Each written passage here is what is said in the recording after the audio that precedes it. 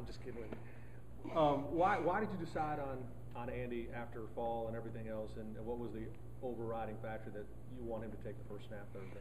Well, as we evaluated, fall camp, and you look at the body of work, not just days of scrimmages, but the body of work over time, Andy edged him out. As we kept track of everything, he edged him out, and then you look back at, we've always looked at three things extremely hard, especially daily, and that's the decision making, the way they manage their offense, and the productivity. And then again, as you look back over time, Andy had an advantage there. And how much does it play into it, Larry, that he's 23, about to be 23? He's seen a lot, even last year when he was hurt. When you're talking about a true freshman, everything that Taylor has done, did that play a little bit into it in terms of? Well, I would think so. I mean, he was even here in the spring, so he had an opportunity to take snaps in the spring. Again, and he was here last fall. He knows a little more about our personnel. He knows a little bit more about our system. And so he was able to manage it well from start to finish.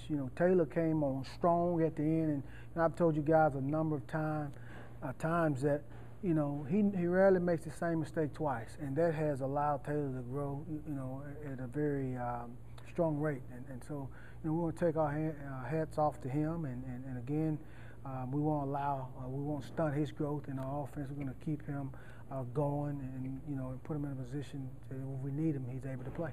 Now that Andy's your guy, what do you want to see? What areas do you want to see him improve in? Well, again, it's all about consistency, because if he's consistent, then that allows our team to grow. And if our team can grow, that allows us to get better. We win, you guys are happy, I'm happy, and everybody's smiling. Coach, you talked about Skylar having a package during the CSA Media Day.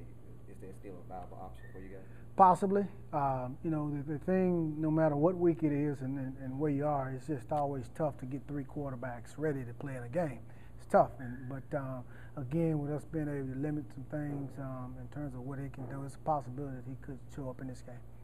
Coach, you said Wednesday that you wanted to name the #1 guy and let him tell the team this is with Taylor doing as well as he is. There possibility we're going to see him Thursday, or are you just going? I mean, you're going to have him ready, but you expect Andy to play. Yeah, you would like for Andy to go in and play well and show that he's consistent and he can manage this offense in a way that leads to us being productive. And so you don't want to, right now assume that, but I tell you that we're not afraid to play him. We will not be afraid to play him at all. I think he's positioned himself to be there if we need him. So much focus has been on the quarterbacks, Larry. I know you chuckle about that, but are you now, as we're 6 days away from the opener, are you pretty set in your two deep, or? Yeah, certainly. We're pretty much set within our two deep. I like today's practice in terms of focus and intensity. It was good. It was really good. It was a good start to this week as we march into game week. Do you see them? Do you sense them flipping the switch, knowing that this isn't fall camp or I got 15 or 8? I mean, did you sense that they now know that this is game week preparation for the season opener? Well, I mean, you'd like to say yes, just based on, when I walked in the meeting this morning, I could sense a sense of focus. I could sense focus. As I spoke to them, you see people nodding their heads and just kind of really zeroed in on everything you're saying. And that's what we got to have, focus, attention to detail, and discipline throughout the rest of this week.